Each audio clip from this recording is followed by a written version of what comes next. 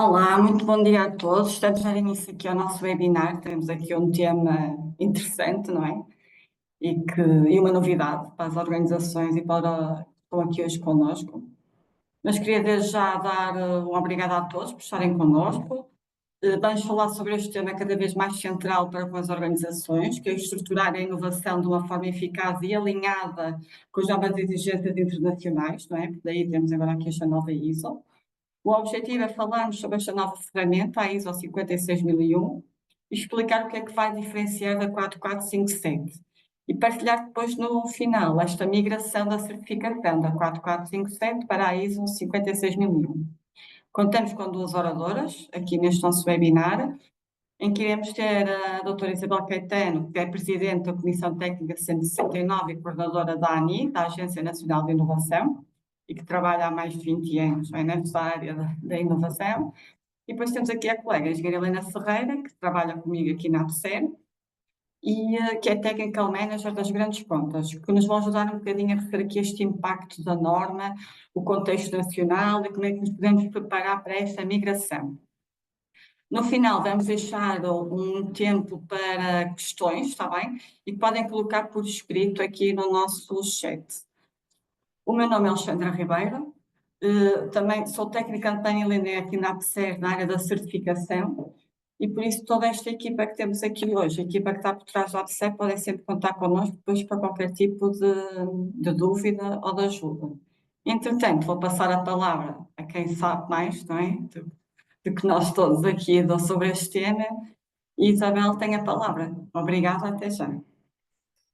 Obrigada, Alexandra. Obrigada a todos pelo vosso interesse e participação neste webinar. É com muito gosto que, enquanto representante da Comissão Técnica Nacional para a Normalização na área da inovação, vou partilhar convosco algum do trabalho que temos vindo a desenvolver e também queria desde já agradecer à ANI, que é o organismo de normalização setorial, pelo apoio que tem dado a esta Comissão Técnica. Aquilo que irei apresentar de seguida é uma breve análise do contexto em que esta norma surgiu e também qual é a situação de Portugal em matéria de inovação e porque é que esta norma e os benefícios que ela poderá trazer são relevantes para as organizações nacionais. Então, deixem-me começar aqui a partilhar a apresentação. Portanto, a minha intervenção vai também focar esta transição, esta migração da NP 4457 para a 56001, que é agora uma norma internacional e que, por isso, todas as normas nacionais devem ser substituídas por esta norma internacional, com vista a procedermos a este alinhamento com o esforço global de normalização. Porque é que a área da inovação e, sobretudo, a estruturação de processos de gestão de inovação mais sistemáticos e sistémicos também se tornam relevantes para as nossas organizações?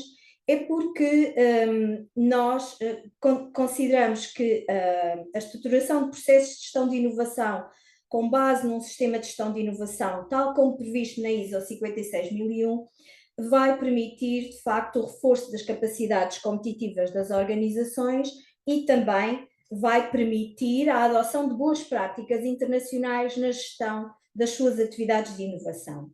Isto torna-se tão ou mais relevante quanto pensarmos que temos um caminho a fazer em matéria de gestão da inovação, caminho esse que pode, de alguma forma, refletir-se nestes dados do último European Innovation Scoreboard de 2024, em que, como todos vemos, Portugal se mantém como um país de inovação moderado, logo ainda abaixo da média da União Europeia em muitos dos indicadores, e, portanto, tem aqui uma jornada, um caminho a fazer, no qual se insere também a capacitação das organizações e das equipas de inovação no interior das organizações.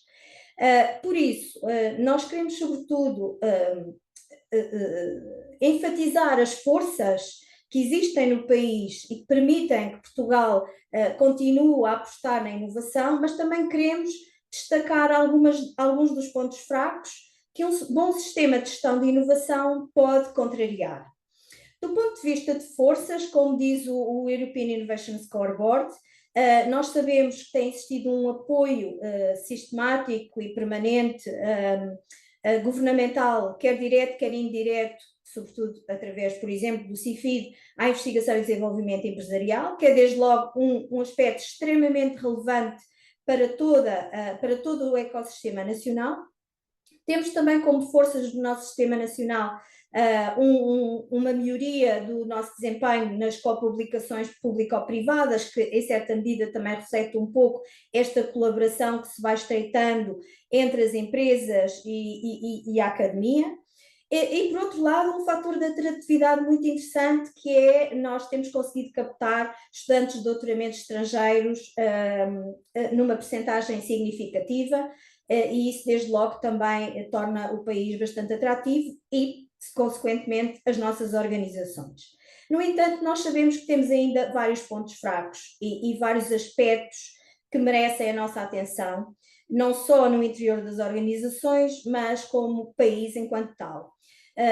Selecionava pelo menos 2 ou 3. Em primeiro lugar, a questão das despesas de inovação por pessoa empregada, ou seja, apesar do apoio governamental direto e indireto à investigação e desenvolvimento empresarial, ainda há que fazer este caminho de aumentar a despesa de ID e de inovação para alinhar com a média da União Europeia e, sobretudo, com o objetivo de chegar aos 3% do PIB, e é preciso também evoluirmos no nosso padrão de especialização da economia portuguesa, que se reflete, por exemplo, nas exportações de serviços intensivos em conhecimento e que, por isso, têm um maior valor no mercado global. E estes vários aspectos são aqueles que, no fundo, nós sabemos que estão aqui no pano de fundo, que são uma espécie de contexto da atividade das nossas organizações. E trazem-nos também alguns sinais de alerta, desde logo o investimento empresarial, que não tem sido completamente regular, e, portanto, é preciso manter aqui o foco de que, para a atividade de inovação progredir, é preciso alocar recursos, e nesse aspecto é preciso investir. É preciso também fazer passar esta transferência de conhecimento para o emprego qualificado e que nos permita manter e melhorar a capacidade de atratividade das nossas organizações para a geração qualificada que temos. E depois também um aspecto que eu gostava de deixar como sinal de alerta, que é os impactos do ponto de vista de negócio, do ponto de vista de vendas, prestações de serviço, que embora tenham vindo a evoluir positivamente, nos deixam ainda margem para melhoria. E é com este contexto que se torna muito relevante pensar nos mecanismos de gestão de inovação. Porquê é que estes mecanismos são importantes? Porque nós precisamos de enfrentar a concorrência global, precisamos de responder às exigências dos consumidores, dos clientes, das partes interessadas, precisamos de apoiar a gestão de informação de modo a sustentar a tomada de decisão com base em evidência e também monitorizar a sua aplicação. Precisamos também de manter o foco e manter a nossa ligação àquilo que é a mudança tecnológica e o surgimento de novos atores no sistema mundial. Precisamos também de pensar na inovação como uma multiplicidade de opções para que as organizações se mantenham competitivas, portanto, não só focar a inovação de produto, mas focar sobretudo na multiplicidade de opções que existem, não é? A inovação de processo, inovações organizacionais, a combinação de vários tipos de vários tipos de inovações e que em si mesmas vão afetar todos os elementos da organização.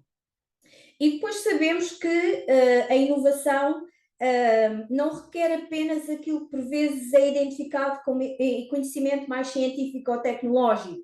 Não, a inovação requer uma multiplicidade e uma complementaridade de conhecimentos que vêm de outras áreas do saber, como do marketing, do direito, da gestão e de outros tipos de conhecimentos que são tão relevantes para essa mesma complementaridade e para que surja a inovação.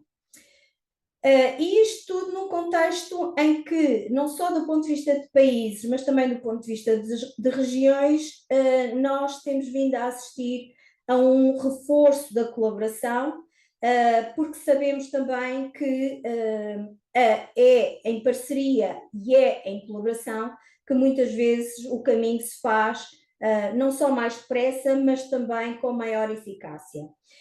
E por isso mesmo a norma de sistema de gestão de inovação que eu irei apresentar de seguida foca nestes vários aspectos que eu acabei de referir. Então, como é que nós olhamos para a inovação nesta família de normas da ISO? E lembro que estamos sempre a falar de uma família de normas composta por uma norma de terminologia, que é a ISO 56000 de 2025, portanto atualizada muito recentemente, e também a norma de requisitos de que hoje falaremos, a 56001, mas existem outras normas, como vos estava a referir, a norma que também trata dos temas da colaboração e das parcerias, a norma que trata dos temas da medição, análise, avaliação e medição dos processos de inovação, que é a 56008. Portanto, há uma família que apoia e suporta todos esses esforços de gestão de inovação de modo mais sistemático e de modo mais eficaz. No contexto da nossa família de normas, a inovação é definida como uma entidade nova ou alterada que realiza e redistribui valor. Quando se pensa no termo entidade, estamos sim a pensar em produto, serviço, processo, métodos, modelos organizativos ou uma combinação destas várias possibilidades. E o outro aspecto muito importante desta definição e que estará na base de toda a família de normas e muito em especial da 56001 é o foco na criação de valor. E o valor entendido como valor financeiro ou não financeiro, por exemplo, o valor que resulta de uma maior reputação, de vantagens competitivas, de conhecimento estratégico, propriedade intelectual, entre outros aspectos que correspondem à definição de valor não financeiro. Sabemos também que no contexto das atividades de gestão de inovação, nós cobrimos aqui um conjunto relativamente extenso de atividades que contribuem para o resultado final, que é termos mais inovação e termos efetivamente uma organização mais competitiva. Nesta norma de terminologia, as atividades de inovação são sempre consideradas de modo abrangente e ocorrem em todas as áreas da organização, ocorrem na cadeia de valor ao ecossistema, portanto estamos sempre aqui também já a abrir para a inovação aberta, isto é, nós podemos ter inovação em parceria e com outros parceiros e com outros atores do sistema e por isso estamos a pensar sempre nesse ecossistema. As atividades de inovação ocorrem em todas as etapas do ciclo de vida, incluindo, por exemplo, a investigação e desenvolvimento, o design, o marketing, entre outras atividades. E faço aqui um parênteses que entra aqui também a lista, entre aspas, mas a caracterização de atividades de inovação que o próprio Manual Diógenes da OCDE prevê, e também as atividades de inovação ocorrem em todas as componentes do modelo de realização de valor, portanto, não só a proposta de valor, os modelos de negócio, os canais de distribuição, entre outros.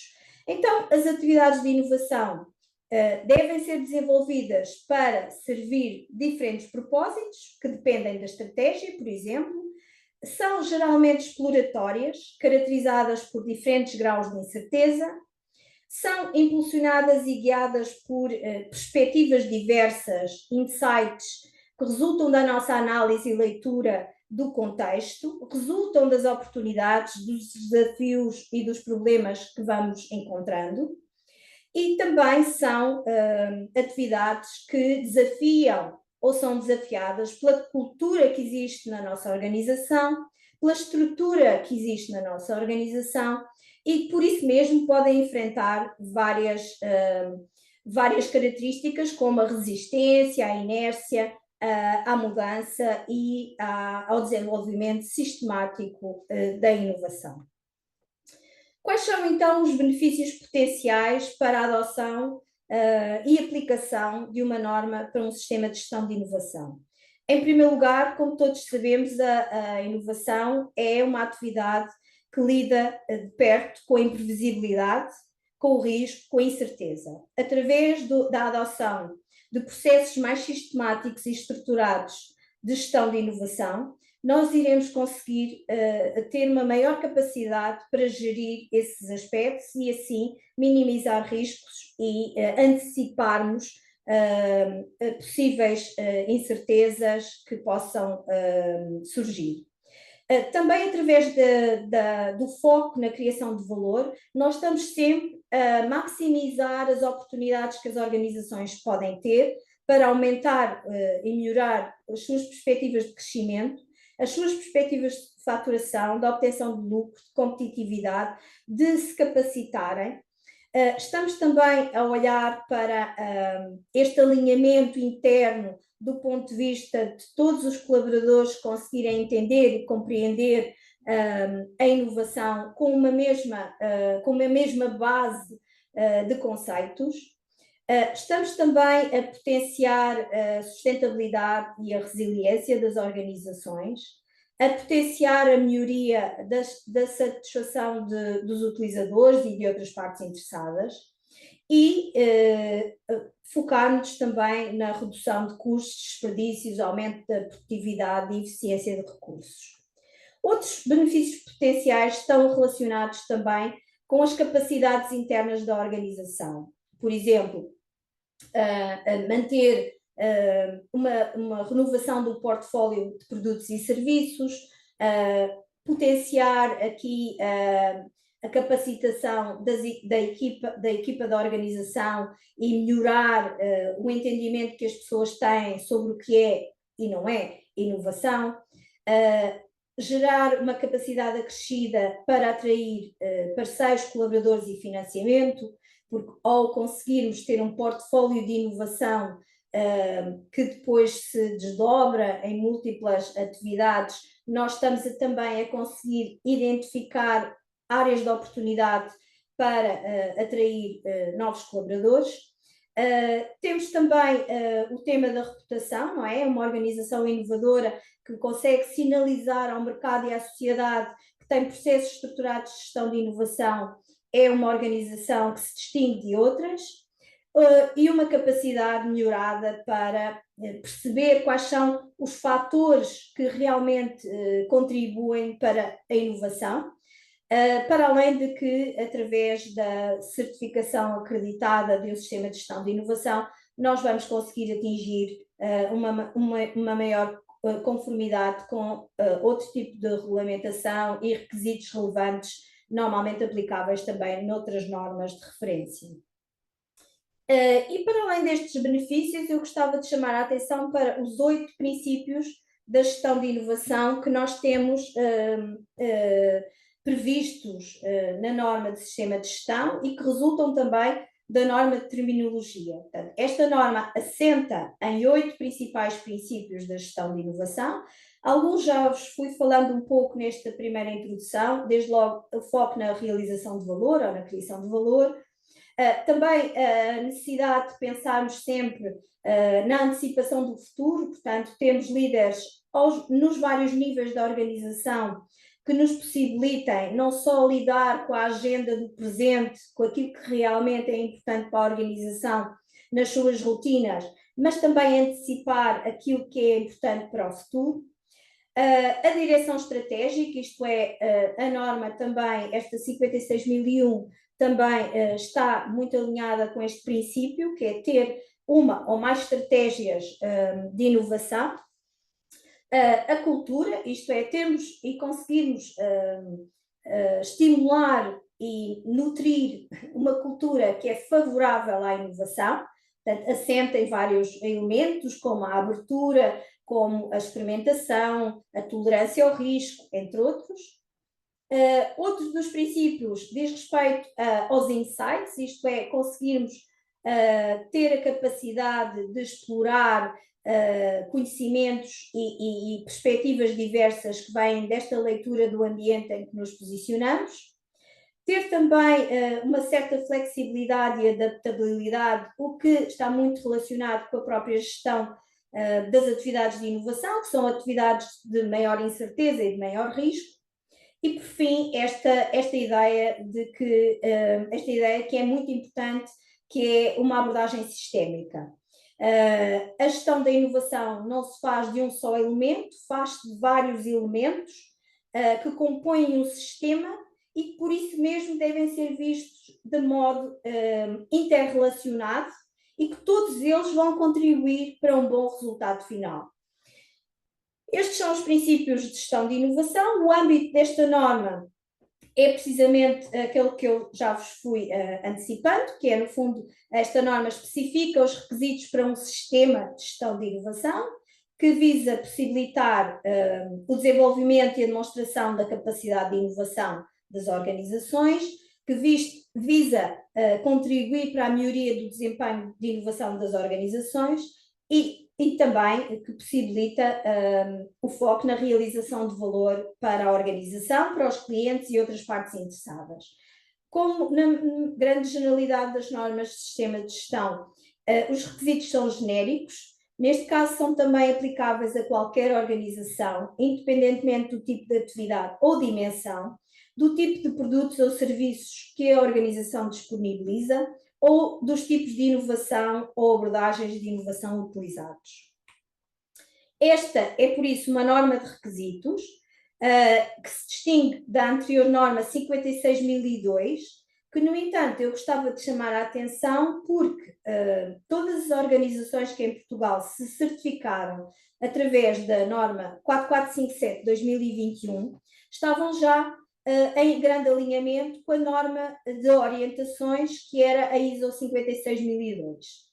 E uma análise mais detalhada, que nós depois nas sessões de formação iremos desenvolver, vai permitir ver que a norma de requisitos, embora seja uma norma mais curta, mais focada, no entanto, não tem grandes disrupções face àquilo que era a norma de orientações e por isso mesmo face àquilo que é a norma 4457/2021. Esta norma adota a estrutura de alto nível da ISO, portanto temos sempre aqui uma maior facilidade de integração com outros sistemas de gestão, por isso mesmo, porque as cláusulas e toda esta estrutura é semelhante aos restantes sistemas de gestão que utilizam essa estrutura e temos as cláusulas aqui apresentadas na figura da própria norma. A cláusula 4 que diz respeito ao contexto, a 5 liderança, a 6 planeamento, a 7 o suporte, a 8 a operacionalização, e é aqui na operacionalização que nós temos previstos os vários processos de gestão de inovação, nomeadamente 5 processos: identificação de oportunidades, criação de conceitos, validação desses conceitos, desenvolvimento de soluções e implementação dessas soluções. Depois, a cláusula 9 diz respeito à avaliação e a 10 à melhoria. Tudo isto num contexto, não é, em que temos a intenção de inovação de um lado, isto é no fundo o grande motor para a inovação, é o que é que queremos atingir, qual é a nossa visão, qual é a nossa aspiração e com esta aspiração o objetivo final é sempre concretizar e obter mais valor para a nossa organização e para as partes interessadas. Por isso, nesta figura vêem o intent e o value como grandes motores de toda a norma de gestão de inovação. Quais são então as principais características, muito brevemente? São o foco na criação de valor, como acabei de referir, o destaque a diferentes níveis de gestão e à sua responsabilidade no sistema de gestão de inovação, por exemplo, um nível estratégico, outro nível tático e outro nível operacional, e a aplicação do ciclo PDCA, que depois conseguiremos analisar quando olharmos para a norma mais em detalhe, através das várias cláusulas, o planeamento, por exemplo, com o plan, o do, através das iniciativas e dos processos de inovação, o check, através da avaliação do desempenho, e o act, por exemplo, através da melhoria. Temos também previsto sistematizar e trabalhar com todos os colegas que queiram participar nestas atividades de formação da APSER, naquilo que diz respeito às principais diferenças face à 4457. No entanto, como eu já fui antecipando, a 56001 não traz grandes disrupções, mas pensamos que uma formação mais detalhada permitirá analisar em maior profundidade as principais diferenças, identificar as necessidades de informação documentada, compreender as mudanças a introduzir em sistemas de gestão de inovação implementados, tendo em conta as novidades da 56001, e obter uma visão global dos requisitos a cumprir para a manutenção ou a obtenção da certificação acreditada de um sistema de gestão de inovação, agora de acordo com a ISO 56001-2024, e, portanto, posicionando as nossas organizações nacionais no mercado global, pois neste momento muitos outros países já estão também a capacitar as suas empresas e outras organizações para a certificação acreditada de acordo com a 56001. O mapeamento das cláusulas da 56001 versus a 4457 de 2021 será feito também na formação. Eu aqui não vou entrar em detalhes, mas há algumas coisas novas, não vou ignorar que as temos. Por exemplo, desde logo, como vos estava a referir aqui, a intenção de inovação é um conceito que nós não tínhamos na 4457 2021. Desde logo também os diferentes níveis de gestão, que também não estava na 4457 2021. Isto é, nós agora na 56001 vamos ter 3 níveis de gestão a que temos que dar atenção, e algumas das cláusulas estão mais alinhadas com o nível estratégico, outras com o nível operacional e outras com o nível tático. E, portanto, temos que enquadrar esta diferença naquilo que são os sistemas de gestão de inovação já em funcionamento. E depois temos algumas pequenas particularidades, como, por exemplo, na 4457 nós não tínhamos uma subcláusula específica para um recurso que agora é identificado na 56001 e que é, por exemplo, o tempo, e que agora está explicitado na 56001. Então, deixem-me terminar dando algumas pistas para a ação.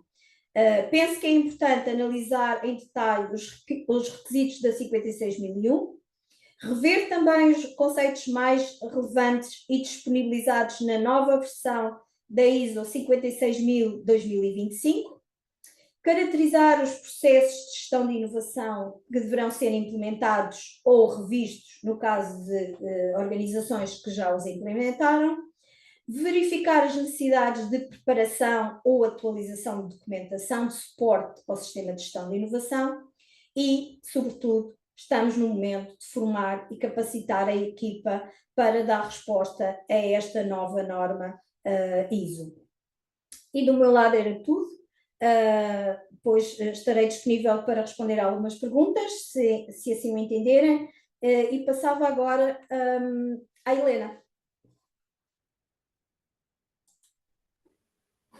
Muito obrigada, doutora Isabel Caetano, obrigada pela sua excelente apresentação, e eu daria continuidade falando agora mais concretamente no plano de migração para a 56001. Como estava a referir, agradeço a todos o interesse manifestado neste webinar que se preparou sobre este tema, do sistema de gestão de inovação.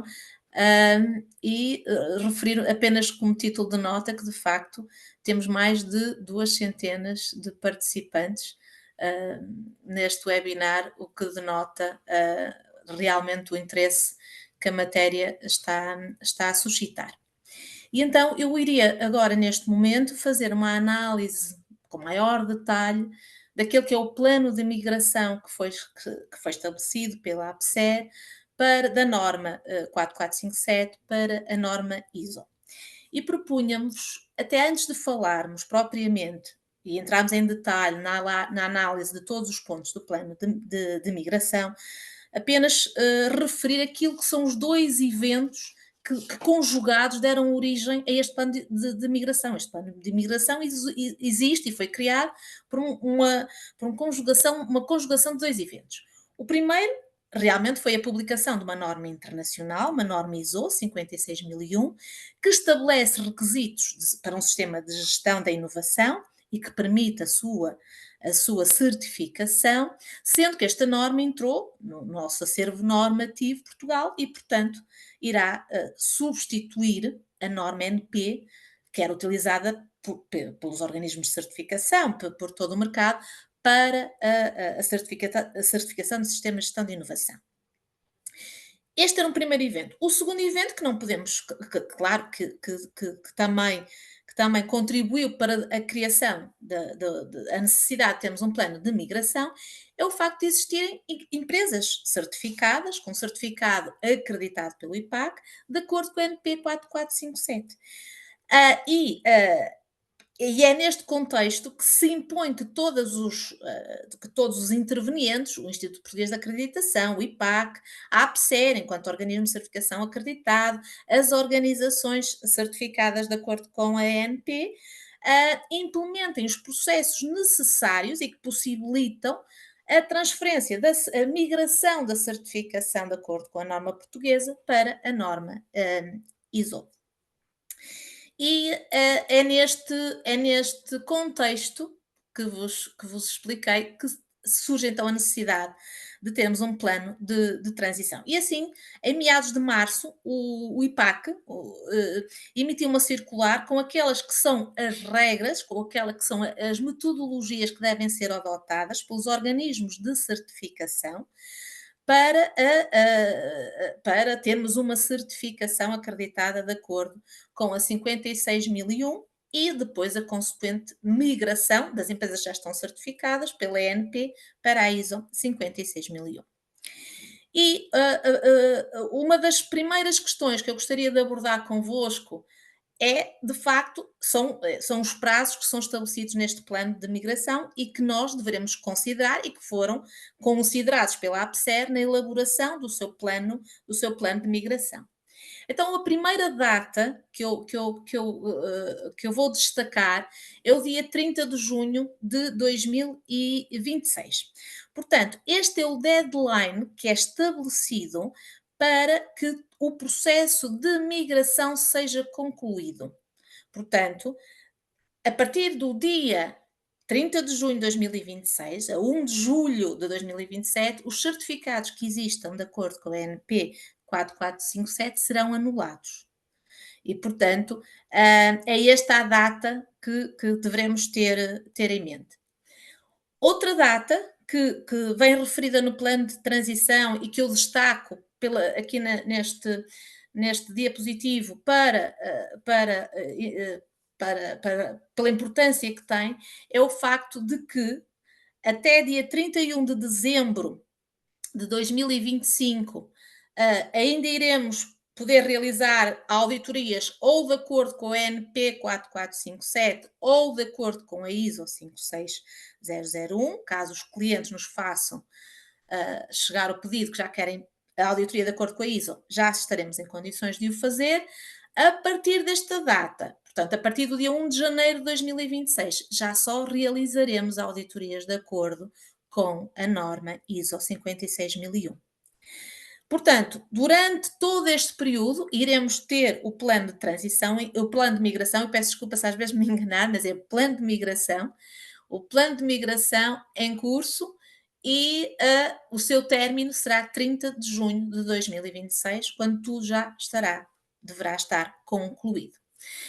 Claro que para implementar este plano de transição, a APSER teve que se preparar devidamente, formando e capacitando os nossos auditores para auditar de acordo com a norma 56.001, fazendo a revisão do nosso esquema de certificação e todo o sistema documental que suporta a disponibilização deste serviço para podermos está-lo a fazer devidamente e, portanto, a partir de 1 de maio de 2025 já estaremos a realizar auditorias de acordo com a versão ISO.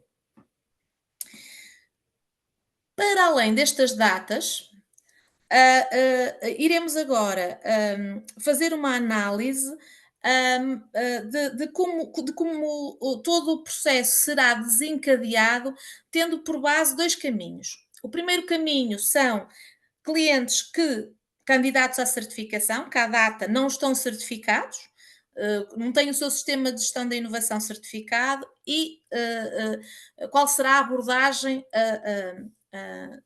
a ter nestas situações. E assim, um cliente que se dirija à APSER a solicitar uma certificação deverá considerar o seguinte: até 30 de setembro de 2025, a APSER ainda poderá aceitar a candidatura e realizar a auditoria ou de acordo com a 56.001 ou ainda de acordo com a NP 4457, devendo, em função daquilo que for a informação e a vontade da organização candidata à certificação.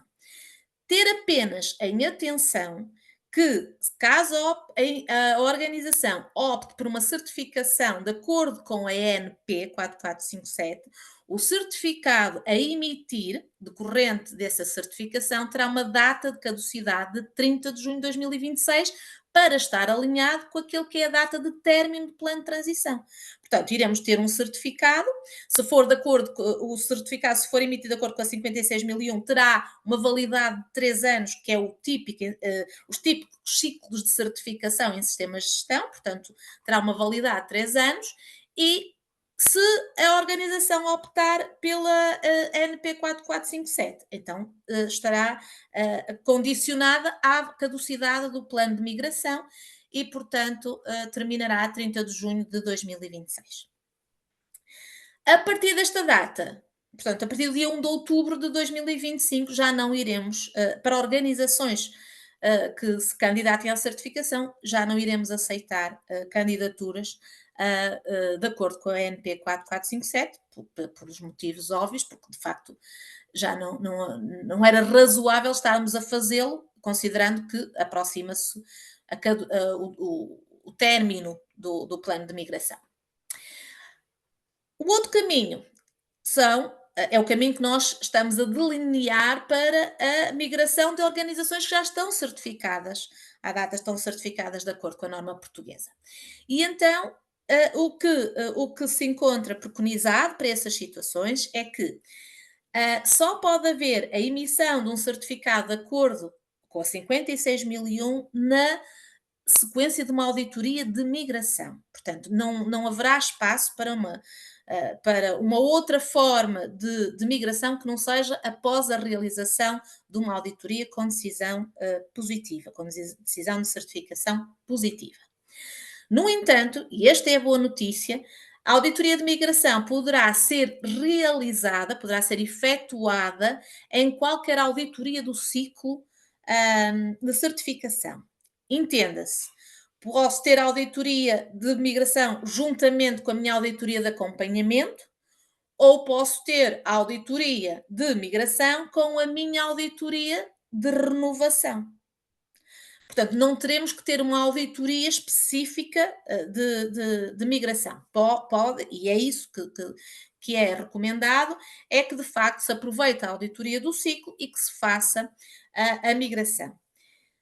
Caso o cliente queira fazer apenas a migração e não queira usar as suas auditorias do ciclo, pode solicitar à APSER e fazermos uma auditoria só de migração específica para fazermos a transição, mantendo as outras auditorias do ciclo de certificação, fazemos uma auditoria específica de migração. Nos casos em que a auditoria de migração é realizada juntamente com uma renovação, o dimensionamento da duração da auditoria não não haverá necessidade de ajuste, cabendo à APSE tomar essa decisão, mas à partida não haverá, e sendo definido caso a caso, não haverá necessidade de ajuste ao dimensionamento da duração que já tinha sido efetuado para uma auditoria de renovação.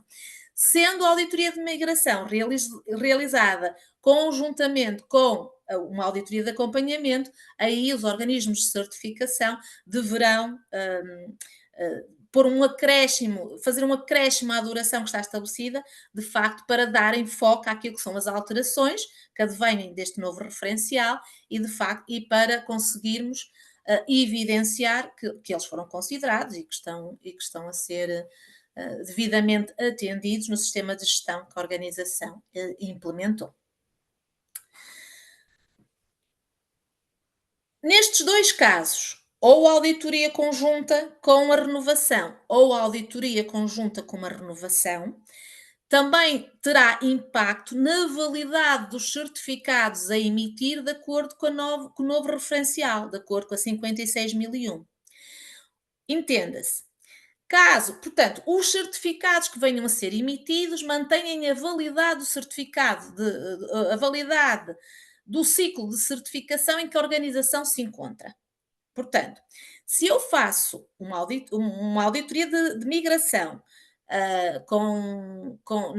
conjuntamente com a minha auditoria de acompanhamento e o meu certificado anterior, de acordo com a ANP, tem uma validade, imaginemos, de 1 de outubro de 2027, o certificado que eu vou emitir agora, de acordo com a ISO 56001, irá manter essa validade. Não iremos tomar a decisão e aumentar 3 anos para determinar a caducidade do certificado.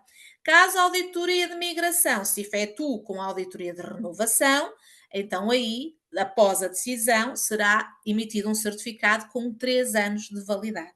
Portanto, esta é a diferença em termos da caducidade dos certificados de acordo com a 56001 que venham a ser emitidos, é a diferença de ser realizada a auditoria de migração ou com acompanhamento ou com uma renovação. Caso seja uma auditoria extraordinária, manteremos também a validade do certificado de acordo com o ciclo de certificação em que a organização se encontra. Repetindo-me um pouco, mas acho que é importante. Relativamente aos certificados, de acordo com a norma portuguesa, NP 4457, eles terão validade até 31 de junho de 2026. A partir desta data, todos os certificados perdem a validade. Portanto, tudo que venha a ser emitido de acordo com a norma portuguesa terá como término 30 de junho de 2026. A APSER, para poder prestar o devido apoio e a devida colaboração com as organizações que estejam certificadas ou que se pretendam vir a certificar de acordo com a 56001, desenvolveu um conjunto de ações, nomeadamente este webinar e outros webinars com o mesmo propósito que venham a ser repetidos no futuro, caso sempre se identifique essa necessidade. Faremos a divulgação do nosso plano de migração para os clientes, para que todas estas regras que de alguma forma foram tratadas no âmbito deste webinar sejam de conhecimento dos clientes que pretendam, estejam já certificados por estes dois referenciais e claro, e acho que, acima de tudo, um acompanhamento proporcionado pelo Technical Manager do vosso processo, reforçando que estamos totalmente à vossa disposição para agora, nesta fase, vos acompanhar, esclarecermos as vossas dúvidas e encontrarmos a melhor solução para o vosso processo de certificação, de modo a termos, a assegurarmos que todo o processo de migração fica concluído a 30 de junho do próximo ano. É esse o nosso objetivo e iremos trabalhar em conjunto nesse sentido. Para a creche também, last but not least, algo que também já foi referido pela doutora Isabel Caetano, temos à vossa disposição um conjunto de ações de formação que irão incidir sobre a temática, para perceber todo o alinhamento da ISO 56001. Formações essas, temos uma já a 30 de abril, de 8 horas, uma formação gestão da inovação fast track, e depois a 9 e 16 de junho, uma formação maior dimensão, que irá permitir uma análise com maior detalhe, de 16 horas, onde se irá analisar com maior detalhe todas as cláusulas e todos os requisitos da norma ISO 56001 de 2024. Terminei com este último comentário, terminei a apresentação do plano de migração da APSER, da NP 4457 para a ISO 56001. Obrigada, Helena, obrigada, Isabel, pelo excelente painel, não é? E aqui estas clarificações desta nova ISO 56001. Tivemos aqui duas questões, uma talvez mais relacionada para a Isabel, mas que nós iremos pedir ao colega, ao participante, pôs a questão relativamente se para as empresas que são elegíveis ou já se candidataram ao CIFID e que têm como despesa elegível a certificação NP 4457, será substituída pela ISO 56001. Não sei se a Isabel pode ajudar. Sim, vamos ver, nós estamos o organismo de normalização setorial é a ANI, e neste momento nós já informámos a ANI desta evolução, deste plano de migração, e portanto aquilo que é a perspectiva da Comissão Técnica Nacional é que não deveria existir nenhuma disrupção, porque nós estamos aqui a evoluir numa mesma área de conhecimento, que é a gestão da inovação, e até capacitar mais as empresas para se posicionarem nesse mercado mais global, visto que vai ser uma norma internacional. Portanto, eu não penso que existam disrupções, mas esse assunto já foi sinalizado à ANI. Portanto, é estarmos atentos. Obrigada. Sim, eu acho que depende muito da entidade e estar atento agora que é com o mercado também e a Portugal, né, como é que se vai posicionar. Queríamos agradecer por estarem deixado aqui connosco. Queria agradecer à Isabel e à Helena. Agradecer à Isabel e à Helena. Talvez tenha aqui mais alguma questão, peço desculpa, mas não. Temos aqui, os nossos clientes sabem que podem estar connosco para continuarmos a capacitar as empresas. Quem quiser vir ter connosco, contacte-nos, tanto a mim como à Helena, como a qualquer pessoa aqui das equipas da APSER. Nós estamos aqui para capacitar Portugal, colocar-nos aqui a melhorar o nosso score, não é, de moderado, para avançarmos ainda assim mais alguns degraus e dar valor, não é? Eu penso que esta ISO 56001 e do que falamos hoje é uma ferramenta para dar valor aos clientes e às partes interessadas. E podem contar connosco para criar esse valor, está bem? Muito obrigada e continuação de bom dia. Obrigada, Helena, e obrigada, Isabel. Muito obrigada a todos.